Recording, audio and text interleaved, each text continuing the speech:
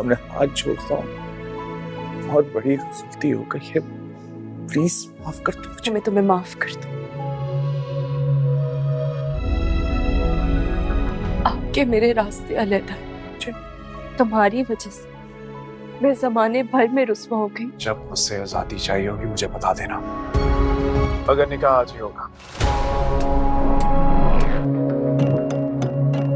Chavez मैं आपकी जिंदगी में हूँ ही कब?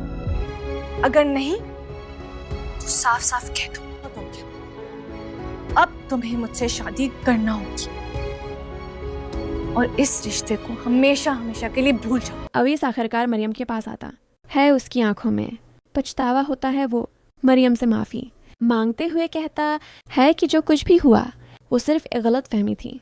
अनाबिया ने उसके दिल में शक पैदा कर दिया था, जिसकी वजह से वो सच और झूठ में फ़र्क न कर सका।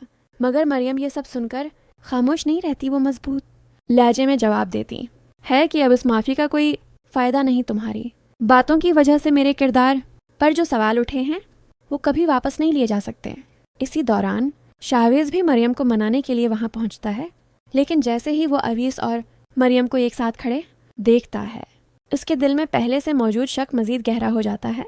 अनाबिया पहले ही उसके जहन में जहर भर चुकी होती है, इसलिए वो फ़ौरन यही नतीजा निकालता है कि वाकई उन दोनों के दरमियान कुछ चल रहा है। शावेज मरियम के सामने आता है और टूटे हुए लहजे में कहता है कि वो उसे छोड़ रहा है, वो जब चाहे आज़ाद हो सकती है। मरियम भी बग़ैर कुछ कहे ये बात कबूल कर लेती है, क्योंकि वो समझती है कि शाहवेज ये रिश्ता मजबूरी में निभा रहा था और दरअसल अनाबिया से मोहब्बत करता है। हालांकि हकीकत ये होती है कि इस बार शाहवेज सच में मरियम के पास वापस आना चाहता था, लेकिन क़स्मत को कुछ और ही मंजूर होता है। दोनों के दरमियान गलत फहमियाँ ऐसी दीवार बन चुकी होती हैं जो टूटने का नाम ही नहीं लेती।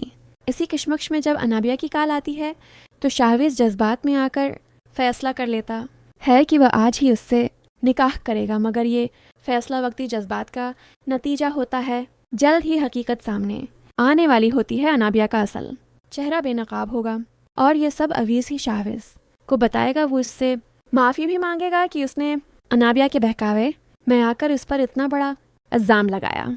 अब सवाल ये है, क्या शाहवेज वाकई अनाबिया से शादी करेगा या फिर सच सामने आने के बाद सब कुछ बदल जाएगा?